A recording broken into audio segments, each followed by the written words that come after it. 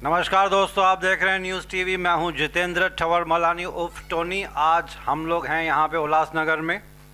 जैसे कि एनजीओ की तरफ से हम इंटरव्यूज़ लेते हैं बड़ी बड़ी हस्तियों के, पॉलिटिकल पार्टीज़ के लीडर्स जो हैं और सोशल वर्कर्स हैं, ताकि इन बड़े लोगों ने जो काम किया है वो इंस्पिरेशन दूसरों को मिले, दूसरे लोग भी आएँ, अच्छी पार्टी बनाएं, अच्छे लोग पार्टी में आएँ। दूर दूर से बैठ के गालियाँ देना बहुत ईजी होता है, पार्टी में आओ, काम करो तो पता चलता है तकलीफ़ें कितनी हैं। सोशल वर्कर्स जो काम कर रहे हैं।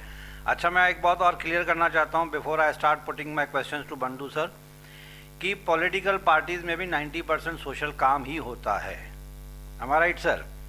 तो इसके लिए अच्छे अच्छे लोगों के मैं इंटरव्यू लेता हूँ, ताकि इनसे बड़े लोगों से हम जैसे कॉमन आदमियों को इंस्पिरेशन मिले कि हम भी अच्छा काम कर सकें।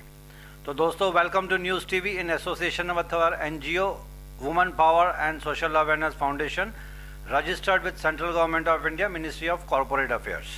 तो आज मैं उल्लासनगर में हूँ, जो थाने डिस्ट्रिक्ट में आ रहा है, और लकीली आज हमारे साथ हैं मिस्टर बंडू देशमुख, जो कि एमएनएस सिटी पार्टी प्रेसिडेंट हैं।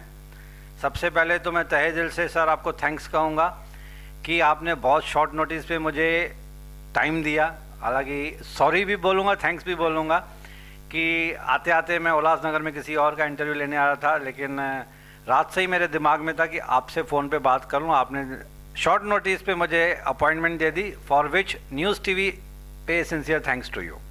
तो sir, welcome to news TV. Bandu ji, आप तो जानते हैं पहले भी हमने आपका इंटरव्यू लिया है, उल्लासनगर करप्शन के बारे में था। तो welcome to news TV.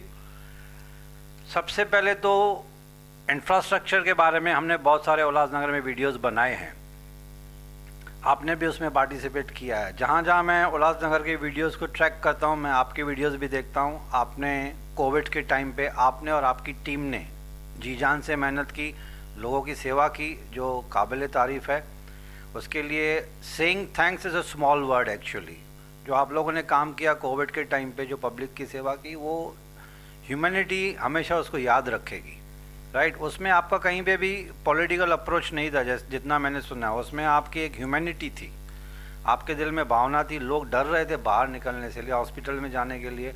In fact अपनों का क्रियाक्रम करने में भी लोगों को डर लगता था। ऐसे माहौल में आपने, जितना मैंने सुना है, आपने और आपकी टीम में आपके जो यंगस्टर्स हैं उन्होंने जाके काम किया। Hats off to them. उनके भी माँ बाप हैं, उनको भी डर लगता होगा, आपकी भी फैमिली है। आपने बहुत बढ़िया काम किया है। तो मैं आपकी जर्नी जो है पॉलिटिकल, वहाँ से स्टार्ट करना चाहता हूँ, क्योंकि बंडू देशमुख ऐसे पॉलिटिकल फिगर तो आप उल्लासनगर में बहुत फेमस है, लेकिन लोगों में ये पता नहीं है कि आपकी जर्नी कहाँ से स्टार्ट हुई थी। पॉलिटिक्स में आने से पहले आप क्या करते थे, किस तरह से आपका विचार आया, इतनी बड़ी पार्टी आपने ज्वाइन कर ली। राज ठाकरे साहब का नाम ऑफिशियल इंट्रोडक्शन की देने की ज़रूरत नहीं है, ऐसे होगा कि सूरज को दिया दिखाने वाली बात हो जाती है। राज ठाकरे साहब का नाम बहुत फेमस है, ठाकरे फैमिली में एक नाम आ गया, तो मतलब ऑफिशियल इंट्रोडक्शन देने की ज़रूरत नहीं है। आप एमएनएस की पार्टी के लीडर हैं, उल्लासनगर में सिटी पार्टी के प्रेसिडेंट हैं आप। तो सर, कहाँ से आपको ये विचार आया कि आप पॉलिटिक्स में एंट्री कर लें? सर, पॉलिटिक्स में आने का तो कोई ऐसा ये नहीं, व्यू नहीं था। शुरुआत -0 से हुई है, क्योंकि बचपन में माता पिताजी गुजर जाने की वजह से रिलेटिव के साथ रह के पढ़ाई करना, काम करना, ये सब चीज़ें करते और लोगों की सेवा और अच्छा मन रखेंगे तो भगवान भी अपने को साथ देता है। ये सब जो मेहरबानी है हमारे समाज, हमारे पत्रकार बांधव और भगवान की है, हम यहाँ तक पहुँचे हैं। ऐसा कोई व्यू नहीं था कि पॉलिटिक्स में आना है। एक एक्सीडेंट है, यहाँ तक पहुँच गए। ये भी राज साहब का आशीर्वाद है, राजू पटेल साहब का आशीर्वाद है। वो उनके आशीर्वाद के वजह से मैं यहाँ तक पहुँचा हूँ और समाज की सेवा कर रहा हूँ। आप कितने सालों से जुड़े हुए एमएनएस में, स्टार्टिंग से? सर, एमएनएस में मेरे को 13 से 14 साल हो गया है, मतलब ऑलमोस्ट जब से पार्टी बनी। इसके पहले मैं शिव सैनिक था। शिवसेना में एक छोटा सा कार्यकर्ता बोल के मैं काम कर रहा था। मैं खुद एक केडीएमसी में यूनियन लीडर था, ट्रांसपोर्ट में। मैं वहाँ पे जॉब भी करता था। लेकिन उसके बाद मैं यहाँ पे एमएनएस में आया। एमएनएस में आने के बाद सम्मानीय राज साहब ठाकरे, राजोदा पाटिल, आमिना जादव साहब, इन लोग ने मुझे संधि दिया, और उस संधि पे मिलने के बाद मैं समाज की जो सेवा कर रहा हूँ, ये मैं मेरा फ़र्ज़ समझता हूँ और फ़र्ज़ समझ के मैं ये काम करता हूँ। चलिए अभी पॉलिटिक्स का एक सवाल पूछता हूँ मैं आपको।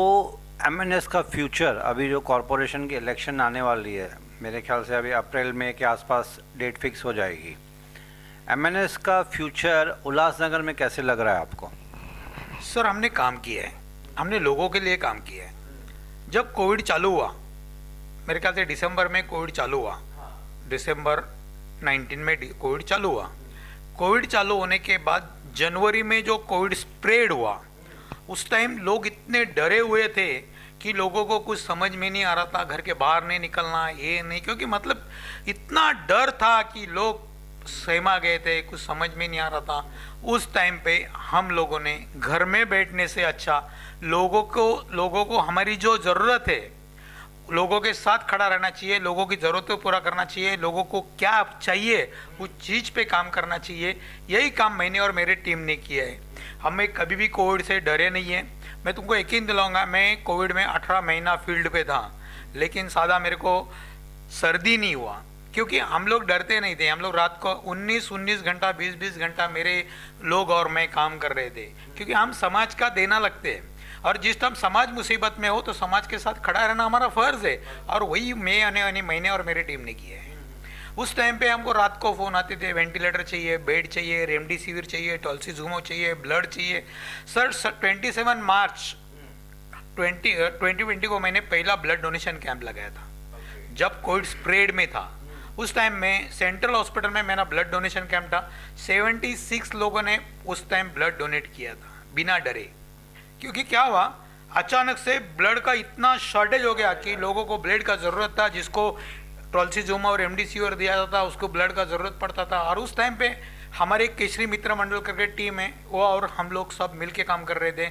हमने कभी कितने भी बजे, हमने टाइम देखा नहीं, हमने नंबर देखा नहीं, जिसका भी फ़ोन आता था उसको हेल्प करना सिर्फ हमारा फर्ज था, और वही हमने किया है। अभी हमने हमारा फर्ज किया है। आने वाले इलेक्शन में अगर लोगों को ऐसा लगता है कि हमने अच्छा काम किया है, लोगों के लिए काम किया है, तो लोगों ने भी हमारे साथ खड़ा रहना चाहिए। हमारे 8, 10, 20 जो भी चुन के आएंगे वो लोगों के लिए काम करेंगे, समाज के लिए काम करेंगे। हमारा जो काम करने का तरीका है 80% समाजकारण, 20% पॉलिटिक्स। 20% में भी पॉलिटिक्स नहीं होता है। हमारा लगभग 100% समाज सोशल वर्क ही है। हम लोग उसके ऊपर भी ध्यान नहीं देते। हमारा टारगेट है 100% सोशल वर्क। पार्टी का लोगो हमारे पीछे, साहब हमारे पीछे, आमदार हमारे पीछे। हम लोग सिर्फ काम कर रहे हैं, हमको दिया गया जिम्मेदारी हम लोग निभा रहे हैं। क्या रहता है, खुशी के टाइम दुनिया तुम्हारे साथ में आती है, लेकिन जब आपके पास मुसीबत होती है तभी जो आपके साथ खड़ा रहेगा वही अपना होता है, और वही मेरे पार्टी ने और मैंने की है। आप कितने अपने वर्कर्स को फ्रंट लाइन में लाके कितनी सीट्स पे आप कॉन्टेस्ट करने की इच्छा रखते हैं? आपको ऊपर से इंस्ट्रक्शंस या कुछ एडवाइसेस तो दी गई होंगी, कितनी सीट्स पे आपका इरादा है? सर ऐसा कुछ डिसाइड नहीं हुआ है, अभी तक बाउंड्री नहीं आई है। जब बाउंड्री डिसाइड हो जाएगी तो हमको एक अंदाजा आ जाएगा कि कहाँ पे हमारी ताकत है। जहाँ पे हमारी ताकत है वहाँ पे हम लोग तो जोर लगाएंगे। उसके बाद में सम्मानीय राष्ट्र साहब डिसीजन लेंगे कि किसके साथ जाना है, नहीं जाना है। ऊपर से जो भी हमको आदेश होगा उस आदेश को फॉलो करना हमारा काम है। हमने 5 साल में काम किया है उस काम। मैं एक दिन मेरे एक दोस्त के साथ एक फ्लैट में गया था, तो वहाँ पे लाइब्रेरी चल रहा था। तो एक स्टूडेंट को 1500 रुपया महीना था। 2 BHK में कम से कम 30 से 35 लड़के पढ़ाई करते थे। वो महीने देखने के बाद मैंने सोचा कि मेरा जो एक स्लम एरिया में रहने वाला लड़का जो 200-150 स्क्वायर फीट की खोली में रहता है और वो पढ़ना चाहता है, लेकिन वो क्या होता है, उसका फाइनेंशियल कंडीशन और घर का जो माहौल होता है उस जगह पे उसका पढ़ाई नहीं हो पाता है। वो देखने के बाद मैंने दिमाग में लाया कि अपने को इन बच्चों के लिए कुछ करना चाहिए। मैंने फॉलोअप लेके, कमिश्नर थे मनोहर हिरे सर, डिप्टी कमिश्नर थे जमीर लेंगरेकर सर, उन्होंने भी सपोर्ट किया। मैंने 5.5 करोड़ का डॉक्टर बाबा Saheb Ambedkar education centre 3 number Jawahar hotel के बाजू में है, वहाँ पे MPSC UPSC के 300 बच्चे आज भी पढ़ाई करती है। क्योंकि आज वो बच्चे लोग को जो 1500 रुपया 1000 रुपया महीना दे रहे थे उनको 1 रुपया देने का जरूरत नहीं है। वो वहाँ पे फ्री में जाके 3 माले का बिल्डिंग है, 30,000 स्क्वायर फीट का एजुकेशन सेंटर है पूरा 100%। वहाँ पे जाके लोग बच्चे पढ़ाई करते हैं। उनको एक ये हो गया, यहाँ पे एक 13-14 नंबर का स्कूल था हमारा UMC का। वो UMC का स्कूल लगभग एंड था उसका, बहुत धोखाधक हो चुका था। उसको हमने TV9 ये जो नेशनल चैनल पे दिखा के उसका फॉलो किया। आज वहाँ पे 2 माले का बिल्डिंग है, झोपड़पट्टी के स्लम एरिया के लोग बच्चे लोग वहाँ पे पढ़ाई करते हैं। गरीब के बच्चे को भी ऐसा लगना चाहिए कि मेरा स्कूल अच्छा है, मेरी बिल्डिंग अच्छी है, मेरे शिक्षक अच्छे हैं। तो एक अच्छा एजुकेशन अगर एक गरीब बच्चे को मिलेगा तो 100% उसको हम गरीबी से बाहर ला सकते हैं। और हमको अगर गरीबी दूर करना है तो हमको सबसे पहले अच्छा एजुकेशन देना होगा। बच्चे पढ़ेंगे तो रास्ते पे आएंगे, काम करेंगे। एक एजुकेटेड रहेंगे तो वो भी समाज के लिए काम करेंगे। बट अगर हम उसको, हमारे को बाबा साहब ने सिखाया था, शिका, संघटित व्हा आणि संघर्ष करा। जर आम्हाला या हमको ये 3 बातों पे ध्यान देना है तो सबसे पहली बात है शिका, मतलब पढ़ाई करो। अभी पढ़ाई करना है तो उसके लिए जगह होनी चाहिए, किताबें होनी चाहिए, क्योंकि हर आदमी का फाइनेंशियल कंडीशन इतना स्ट्रांग नहीं है। बच्चा होशियार होता है लेकिन नहीं पढ़ाई कर सकता है। अगर हम लोग ये चीज़ें उनको अवेलेबल करा के देते हैं तो 100% एजुकेशन का जो परसेंटेज है वो अच्छी तरह से बिलोंग करेगा। बंडू जी, मैं सॉरी आपको रोक रहा हूँ बीच में। अभी आपने स्कूल की बात निकली एजुकेशन की, तो उल्लासनगर में भी रिसेंटली एक हंगामा हुआ था आपके म्यूनसिपल कॉरपोरेशन में भी during running of the house. कुछ 2 स्कूल जैसे कि मुझे सुनने में आया, you throw the light, clarify आप कर सकते हैं अच्छी तरह से उसको, कि 2 स्कूल्स 1 रुपये की रेंट पे दिए गए। अब स्कूल का जिक्र आया तो मुझे अचानक से याद आ गया ये कि 2 स्कूल्स कॉरपोरेशन ने एज गिवन टू अंडरस्टैंड ना टेंडर पास किए उसमें, शायद, correct me if I am wrong, कहीं पे अगर मेरी गलत है तो आप मुझे ठीक कर सकते हैं उसको, कि 1 रुपये की लीज पे कुछ 30-40 सालों के लिए शायद उन्होंने स्कूल को किराए पे दे दिया है कुछ SES एजुकेशन ट्रस्ट को। तो ये हंगामा ये हुआ था कि टेंडर बराबर से पास नहीं हुए, ये कॉरपोरेशन का नुकसान है। तो इसके ऊपर ज़रा व्हाट इज़ योर ओपिनियन, आप इसको अपोज करते हैं कि इसको फेवर में आप? सर, मेरा जो पॉलिटिक्स का 13-14 साल का एक्सपीरियंस है MNS का, महाराष्ट्र नवनिर्माण सेना में जो मैं काम कर रहा हूँ, उसमें से लगभग 8 से 9 साल मैंने एजुकेशन में काम किया है। ये जो प्रस्ताव है, ऐसा प्रस्ताव इसके पहले भी बीजेपी के नगर सेवकों ने लाया था, लेकिन जो किशोर वनवारी है, विरोधी पक्ष नेता, उनके कैबिन में हम लोग ने आंदोलन किया था, तभी वो प्रस्ताव रद्द हो गया था। लेकिन अभी इलेक्शन का माहौल बनने के बाद इन्हीं लोगों ने, ये अशासकीय प्रस्ताव है, इसको प्रशासन का मान्यता नहीं है, ये अशासकीय प्रस्ताव महासभा में लाया। उसके पहले हमने मेयर से मिले, हमने मेयर को रिक्वेस्ट किया है कि ये गरीब बच्चों का स्कूल है, इसको आप भाड़े पे देने से अच्छा है कि इसका एजुकेशन का दर्जा सुधारो, इसको अत्याधुनिक करो, यहाँ पे ई-लर्निंग, सेमी इंग्लिश जैसे ये दो, तुम्हारे टीचर लोग को ट्रेनिंग दो, स्कूल का स्ट्रक्चर सुधारो, ये सब करने की ज़रूरत है। दूसरी बात रहा फाइनेंशियल हिसाब, म्यूनसिपालिटी अगर UMC बोलती है कि हमारे पास फाइनेंशियल कंडीशन नहीं है, हम लोग जो हाउस टैक्स भरते, उस हाउस टैक्स में 2 बार हमारे से एजुकेशन कर लिया जाता है। एक तो स्टेट गवर्नमेंट का है और दूसरा UMC का है।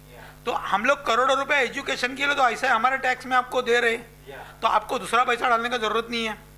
थोड़ा बहुत पैसा डाल के अगर अपना स्कूल आप अच्छी तरीके से बनाओगे, मेंटेन करोगे, उसको अच्छा एजुकेशन दोगे, तो तुम्हारा नाम पूरे महाराष्ट्र में क्या देश में हो जाएगा कि UMC अपने स्कूल को अच्छी तरह से चला रही है। वो लोगों के साथ सेमी इंग्लिश हो गया, इंग्लिश हो गया, ये उन्होंने अवेलेबल करा के दिया है, ऑनलाइन पढ़ाई होती है। तो तुमने तुम्हारा दर्जा सुधारने की बजाय तुम तुम्हारा स्कूल भाड़े पे दे रहे, ये चीज़ गलत है, इसका हम लोग निषेध करते हैं। नंबर 2 की बात, अभी क्या हो गया, जो भूमाफिया है और कुछ लोग प्रतिनिधि, मैं कुछ बोल रहा हूँ, सब नहीं, कुछ लोग प्रतिनिधि, जो शौचालय की जगह थी, गवर्नमेंट सरकारी शौचालय की जो बड़ी बड़ी जगह थी, वो शौचालय धोखादायक होने के बाद वहाँ पे बिल्डिंग बना के, स्ट्रक्चर बना के, रूम बना के, दुकान बना के बेच चुके हैं। उसके बाद में जितने सरकारी प्लॉट थे वो हड़प चुके हैं, अभी वो सब खत्म हो गए। अभी इनका ध्यान जो है, जो स्कूल है, स्कूल की जगह जो है वो प्राइम लोकेशन पे, अभी उनका ध्यान उधर है। और सबसे बड़ी बात, हम लोग 1 रुपया के इस पे स्कूल दे रहे। हमारे पास 2 एग्जाम्पल है। हमारा UMC का टाउन हॉल था, हमने 25,000 रुपीज से वो मंथ पे दिया है। वहाँ पे हमको क्या फायदा है, उधर तो वो लोग धंधा कर रहे हैं, बराबर है। हमारे पास स्विमिंग पूल था, वहाँ पे 20 रुपए में शहर के हर बच्चे को स्विमिंग सीखने को मिलता था, उसको हमने कॉन्ट्रैक्टर को दे दिया। आज उधर 100-150 रुपये एंट्री है, उधर हम लोग नहीं जा सकते, गरीब कहाँ से जाएगा, वो आपने दे दिया है, उधर भी आपने कुछ रखा नहीं। अब स्वर्गीय बाबा साहब ठाकरे क्रीड़ा संकुल बना रहे VTC मैदान पे, वहाँ पे भी आप जो स्ट्रक्चर बना रहे, वो स्ट्रक्चर भी आप पेड़ रखने वाले हो, वो फ्री देने वाले नहीं दो। अगर हर चीज आप पेड करोगे तो शहर के जो खिलाड़ी है, जो बच्चे हैं, वो जब लोग है, जो हमारा यूथ आने वाला है, वो कहाँ क्या करेगा? ये पाप आप लोग जो कर रहे हैं, ये पाप आपको नहीं करना चाहिए। आपको समाज के ऊपर ध्यान देना चाहिए, समाज के लिए कुछ करना चाहिए। लेकिन ये सरकार, ये सत्ताधारी, ये प्रशासन, इनको सिर्फ एक ही बात मालूम है, चीज को बेचो और पैसा कमाओ। मतलब हर गवर्नमेंट प्लॉट को, स्कूल को कमर्शलाइज करते जा रहे हैं। इसमें गवर्नमेंट का तो फायदा नहीं है, प्राइवेट वालों का फायदा है। उनकी जेबें भर रही है।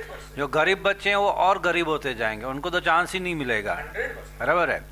तो सर, ये जब इन्होंने एमओयू तो साइन किया होगा, SCS, मेरे ख्याल से SCS को दिया है इन्होंने 1 रुपए के भाड़े पे। सर ये जो एमओयू में टर्म्स एंड कंडीशंस आपको पता है उन्होंने क्या मेंशन किया है? ये जो ठराव है, ये ठराव अशासकीय ठराव है। एक कॉर्पोरेटर ने लाएगा ठराव है, लेकिन इसमें सब मिले हुए हैं। एक अशासकीय ठराव जब बहुमत से पास होता है तो उसमें कहीं ना कहीं करप्शन की बू आती है।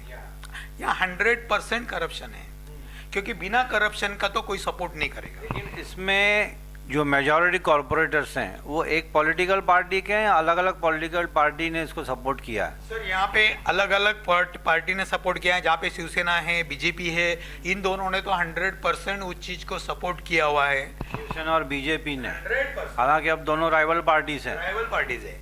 ये यहाँ पे सपोर्ट किया दोनों ने मिलके। ये लोग रास्ते पे दिखाते हैं कि हमारे बीच में बहुत बड़ी ये है, झगड़ा करते हैं, एक दूसरे के खिलाफ बातें करते हैं। लेकिन जब ऐसा कुछ सब्जेक्ट आ जाता है तो एक दूसरे के खिलाफ खड़े रहने के बजाय एक दूसरे का समर्थन करते हैं। मतलब करप्शन के लिए समर्थन है, बाकी चीजों के लिए समर्थन नहीं। फिर कहो क्या, तुमने क्रांतिवीर पिक्चर देखा रहेगा, उसमें वो बोलते हैं साहब कौन सी बड़ी, सीएम वो अपोजिशन लीडर बोलता है साहब कौन सी बड़ी बात है, दोनों जन सामने सामने मीटिंग लेते हैं, आप हमको गाली दो, हम आपको गाली देंगे। ये तो ऐसा ही है ना, ये ऐसा ही चल रहा है। आप हमको गाली दो, हम आपको गाली देंगे, और जो जितना हो सके बेचते रहेंगे। यही है, बाकी कोई नहीं है इसमें। लेकिन अभी ये प्रपोजल कंप्लीटली गो थ्रू नहीं हुआ है। इसमें कॉम्पिटेंट अथॉरिटी का रबर स्टैम्प गो अहेड वाला नहीं हुआ है। आप लोगों ने हंगामा किया तो अभी स्टे आया हो इसके ऊपर? नहीं सर, हम लोग सीएम से, जो सम्माननीय उद्धव जी ठाकरे मुख्यमंत्री है महाराष्ट्र के, एकनाथ जी शिंदे नगर विकास मंत्री है, उसके बाद में एजुकेशन मिनिस्टर है, जिला अधिकारी है नार्वेकर साहब, कमिश्नर है, उसके बाद में हमारे जो आमदार है राजू दादा पाटिल, हम लोग ये अशासकीय ठराव विखंडित करने के लिए शासन को भेजने की मांग कर रहे हैं। अगर ये ठराव विखंडित करने के लिए शासन के पास नहीं गया तो महाराष्ट्र नवनिर्माण सेना इसके खिलाफ आने वाले दिनों में आंदोलन करेगी। आप लोगों ने अभी उद्धव साहब से या इतने बड़े जो एजुकेशन मिनिस्टर हैं जो महाराष्ट्र कैबिनेट मिनिस्ट्री में बैठे हुए हैं, उनके पास राइटिंग में ऑब्जेक्शन भेजा नहीं अभी तक आप लोगों ने?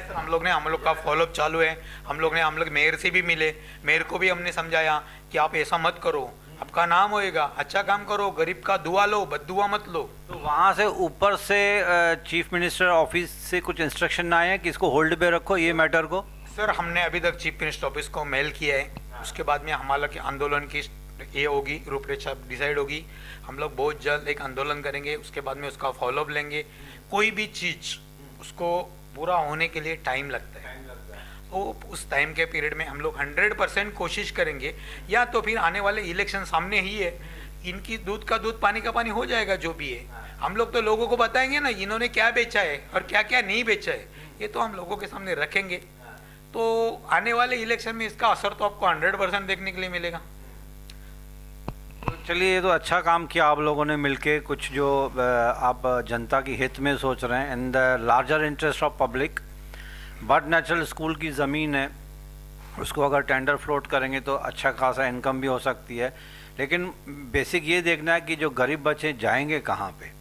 उसमें अगर मराठी भी है, थोड़ा सा आप इंग्लिश डाल दो, बच्चों को और थोड़ा एजुकेशन लेवल जैसे आपने बोला अच्छी दे दो, तो ये फ़ायदा पब्लिक का ही होगा। सर अभी जो लोग स्कूल ले रहे हैं वो लेने के टाइम यही बोलेंगे, एमओयू में यही रहेगा कि हम गरीब बच्चों को फ्री में पढ़ाएंगे, लेकिन बाद में जाके हिडन चार्जेस आ जाती हैं, हिडन चार्जेस आ जाते हैं, उसकी बाद में एक प्रोसेस हो जाती है और वहाँ से गरीब बच्चा डिलीट मार दिए जाते हैं। क्योंकि इन जो लोग ले रहे वो लोग बहुत बड़े हैं, वो लोग अपने स्कूल का दर्जा सुधारते कभी उसको ये कर देंगे तो मालूम भी नहीं पड़ेगा, फिर गरीब का बच्चा गेट तक भी नहीं जा पाएगा। क्योंकि हमारा town hall Saturday Sunday free था, आज खाली संडे फ्री मिलता है, उसमें भी हमको बहुत सारा पैसा पे करना पड़ता है, क्योंकि उधर का जो ये बदलने के लिए टाइम नहीं लगता है, हिसाब से बदला जाता है, तभी पब्लिक को मालूम नहीं पड़ता है। मतलब उसमें हिडन एंड मिसलेनियस चार्जेस लग जाती है। 100% लग जाते हैं, 100%। मतलब आपका कहने का मतलब टाउन हॉल जिस नियत के साथ उनको दिया गया था वो अब उसको पूरा प्राइवेटाइजेशन एंड कमर्शियलाइज कर दिया उन्होंने। 100% टाउन हॉल कमर्शियलाइज है ये। टाउन हॉल किसको, कौन से गरीब के बच्चे की शादी के लिए मिलता है, दिखाओ मेरे को। हाँ, वो खाली सांस्कृतिक कार्यक्रमों के लिए फ्री रखा गया है। वो पहला सैटरडे संडे था, अभी सिर्फ संडे को मिलता है। वो भी तुम्हारा वजन कितना है उसके ऊपर डिपेंड है, हर एक को नहीं, उसका बुकिंग पहले ही दिखा दिया जाता है। तो ये एक्सपीरियंस हमारे पास है। ये माल प्रैक्टिसेस इरेगुलरिटीज जो हमेशा होती है वो टाउन हॉल में भी स्टार्ट हो गई हैं अभी। तो ये तो गलत है। खैर, आपका म्यूनसिपैलिटी का इंटेंशन अच्छा था कि गरीब लोगों का फ़ायदा हो, रिलीजियस फंक्शन हो, आर्ट ड्रामा ये थोड़ा प्रमोट हो जाए। लेकिन जैसे आपने कहा कि कमर्शलाइजेशन, प्राइवेटाइजेशन, ये तो नियत ही गलत हो जाती है। वहाँ पे फ़ायदा पब्लिक का तो हुआ नहीं, फ़ायदा कुछ गिने चुने लोगों का हुआ। ये तो ये हुआ कि पर्सनल पॉकेट्स भरे जा रहे हैं। Coming back to the main मुद्दा ऑफ उल्लासनगर, इंफ्रास्ट्रक्चर का। इंफ्रास्ट्रक्चर आज भी मुंबई से या नवी मुंबई से कंपैरिजन करेंगे तो बहुत पीछे है उल्लासनगर। हालांकि पैसा बहुत है, टैक्सेस बहुत है, म्यूनसिपल कॉरपोरेशन अमीर है, ऐसा नहीं है कि म्यूनसिपल कॉरपोरेशन की बजट भी बहुत ज़्यादा है, लेकिन यूटिलाइजेशन मेरे ख्याल से जो इंफ्रास्ट्रक्चर हम आते जाते देखते हैं तो जो पॉटहोल्स हैं, जो रोड इतने गंदे हैं, ऐसे लगता है हम लोग की कार जो है वो नाव में बैठे हम लोग। सिर्फ पानी नहीं है नीचे, बट पानी भी आएगा बारिश के सीज़न में तो पता नहीं चलता गड्ढा कितना ये है। सीरियस एक्सीडेंट्स हो जाते हैं, मौतें हो जाती हैं। तो ये प्रशासन को पड़ी नहीं है। मुंबई में भी खड्डे हैं लेकिन कंपैरेटिवली यहाँ से कम है, काफ़ी कम है। क्या मतलब रीज़न है कि उल्लासनगर की जनता सोई हुई है? मुझे लगता है सोई हुई है। मैं टीवी पे बोल सकता हूँ, मैं भी डरता नहीं हूँ किसी से। मुझे लगता है इसमें पब्लिक का भी दोष है कि पब्लिक सोई हुई है। जिस दिन पब्लिक जागेगी ना उस दिन रियल डेवलपमेंट होगी। अब जो यंगस्टर्स हैं, जो पढ़े लिखे लोग हैं, वो आइए, कानून को फॉलो कीजिए। प्रोटेस्ट करना है, लिखा पढ़ी करनी है, गवर्नमेंट आपको सपोर्ट तब करेगी जब आप लिखा पढ़ी करोगे। When you will do the communication correspondence, I am talking and addressing to the youngsters, जो CA हैं, लॉयर हैं, डॉक्टर्स हैं। आप उल्लासनगर छोड़ के जा रहे हो, क्या फ़ायदा? आप अपने रूट्स छोड़ के जाके बाहर जाके सेटल हो रहे हो just for the sake of infrastructure. वो इंफ्रास्ट्रक्चर आपको यहाँ पे भी मिल सकता है। तो I am appealing to all the youngsters कि प्लीज़ डू समथिंग। हमारा चैनल, हमारा NGO आपके साथ है, लेकिन follow the rules, follow the law को अपने हाथ में मत लीजिए, तोड़फोड़ मत कीजिए, वायलेंस मत कीजिए, तो कानून आपका साथ देगा। हम सोए रहेंगे, जनरल पब्लिक ही सोई हुई है। मैंने देखा है रोड में खड्डे हैं। हम चैनल वाले जब उनका इंटरव्यू लेते हैं तो बोलते हैं सर आप कुछ कीजिए। मैं बोला चलिए 15 लोग चलिए कॉरपोरेशन में, मेयर के पास चलिए, मैं आपके साथ चलता हूँ। पॉलिटिकल पार्टी को भी साथ में लेके चलते हैं, लेकिन फिर वो डर के मारे पीछे हो जाते हैं। नहीं, मैं क्यों? यानी कि महात्मा गांधी वापस पैदा हो जाए, सुभाष चंद्र बोस वापस पैदा हो जाए, बाबा साहब अम्बेडकर वापस पैदा हो जाए, बाला साहब ठाकरे वापस पैदा हो जाए, लेकिन मेरे घर पे नहीं पैदा होना चाहिए, बाजू वाले के घर पे होना चाहिए, क्योंकि मेरा बेटा सेफ होना चाहिए। तो ऐसे थोड़ी चलेगा। ये पॉलिटिकल पार्टी के लीडर्स अपनी जान जोखिम में डाल के अपना बिजनेस दाव, फैमिली सब दाव साइड में कर दिया ना इन लोगों ने। इनके घर पे भी गालियाँ पड़ती होगी, मुझे पता है, मुझे भी गालियाँ पड़ती है घर पे कि भाई तू सारा दिन न्यूज़ चैनल NGO में, when you will pay time to, घर के भी बहुत सारे काम होते हैं।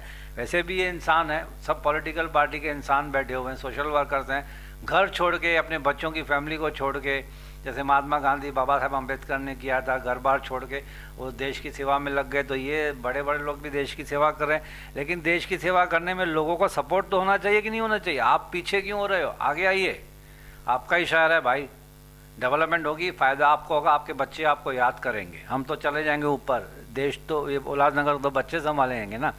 सर इंफ्रास्ट्रक्चर पुअर क्यों है? मैंने काफ़ी लंबा बोल दिया, सॉरी। इंफ्रास्ट्रक्चर पुअर सच्ची में क्यों है? क्या ज़्यादा, बहुत ज़्यादा हद तक करप्शन है? पैसा तो आ रहा है लेकिन लगता है कहीं डाइवर्ट हो जाता है। सर क्या हुआ मालूम है क्या?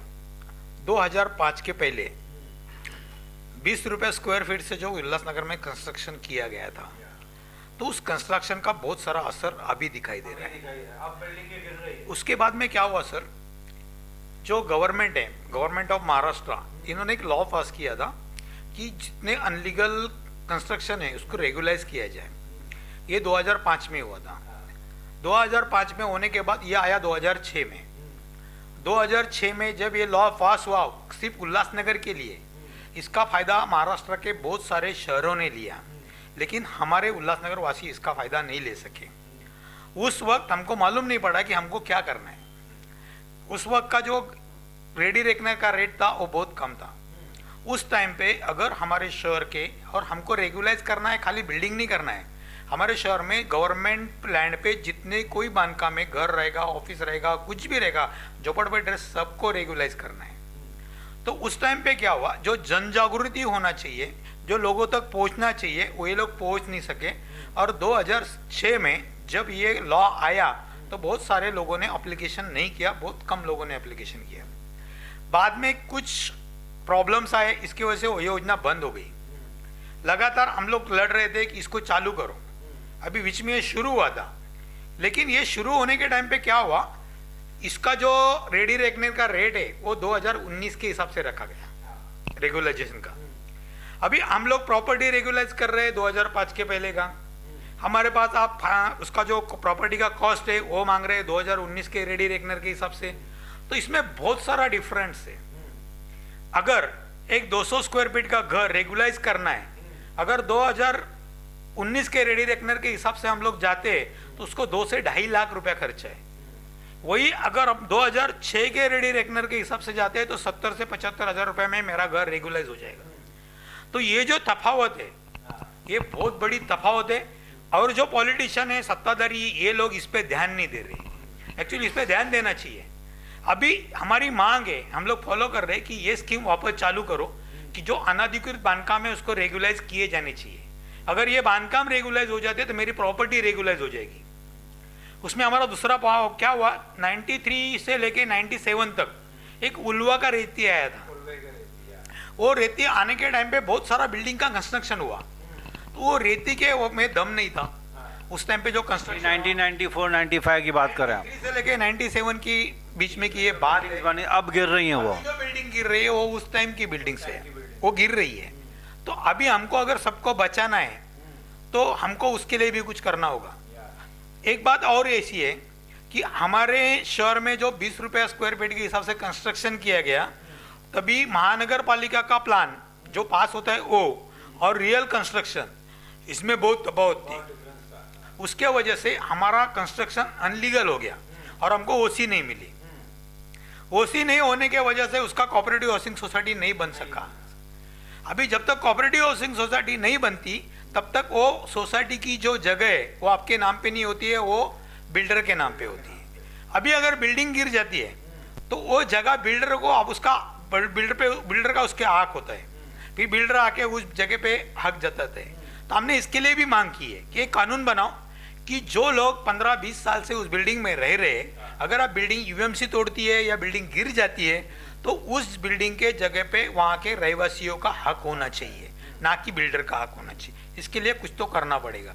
ये मांग हम लगातार उसका भी फॉलो ले रहे हैं। हमारी दूसरी मांग ऐसी है, अभी आप जब अनाधिकृत बांधकाम रेगुलाइज करने का काम चालू करेंगे तो उसका रेडी रेकनर का जो रेट है वो 2006 के रेडी रेकनर के 50% रखा जाए, ताकि हम लोग जो कर रहे हैं उसको थोड़ा सा अच्छा रिस्पॉन्स मिलेगा।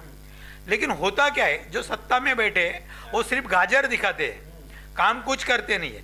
आज 2006 से लेकर 2022 तक कितना टाइम गया, उस टाइम पे हमारी बहुत सारी बिल्डिंग थक गई। 20-30 साल हो गया। हमारे जो शहर में सिंधी समाज था, अदर समाज था, सब समाज के लोग, मराठी, सिंधी, गुजराती, मराठी, ये लोगों के घर उस बिल्डिंग में थे। आज 30-30 साल हो गया, बिल्डिंग धोखाधड़ी हो गई, एजुकेशन का कोई कुछ यहाँ पे ठिकाना नहीं है। इसलिए लोग यहाँ से कल्याण, अमरनाथ, बदलापुर भाग रहे, नवी मुंबई जा रहे हैं। अगर हमारे यहाँ ये सब होता था, लोग क्यों छोड़ के जाते थे? मतलब कहीं ना कहीं सत्ताधारी इस बात को जिम्मेदार है। इन्होंने जो ध्यान देना चाहिए था, शहर का जो विकास होना चाहिए, जिस तरह से इंफ्रास्ट्रक्चर होना चाहिए था, अच्छे स्कूल होने चाहिए थे, अच्छी सड़कें होनी चाहिए थे, इस किसी ने काम नहीं किया है। और यही वजह है कि आज लोग शहर छोड़ के भाग रहे हैं। तो इसके ऊपर हमको आने वाले समय में काम करना पड़ेगा, नहीं तो उल्लासनगर रहेगा नहीं, बहुत बुरा हाल हो जाएगा। सड़कों पे हम लोग साल में करोड़ों रुपए खर्चा करते, लेकिन वो सड़क बारिश तक सीधी रहती है, बारिश आने के बाद वहाँ पे वापस तालाब तैयार हो जाता है, बड़ा बड़ा समंदर बनता है, लोग वहाँ पे किसके पीठ का दर्द, कुछ एक्सीडेंट, ये बहुत सारी चीजें होती है, लेकिन यहाँ के सत्ताधारी और प्रशासन को इससे कुछ लेना देना नहीं है। क्या मेरा काम बनता, बाढ़ में जाए जनता, यही चल रहा है और इसके वजह से ही लोग शहर छोड़ के जा रहे हैं। मैं शहर के नागरिकों से रिक्वेस्ट करूंगा, शहर छोड़ना ये वजह नहीं हो सकती है। यहीं पे लड़के, यहीं पे रह के मेरा शहर सुंदर कैसा होगा, इसके लिए हमको हाथ में हाथ मिला के काम करना पड़ेगा, भले पार्टी कोई भी हो। इस चीज़ के लिए हमको पॉलिटिक्स बाजू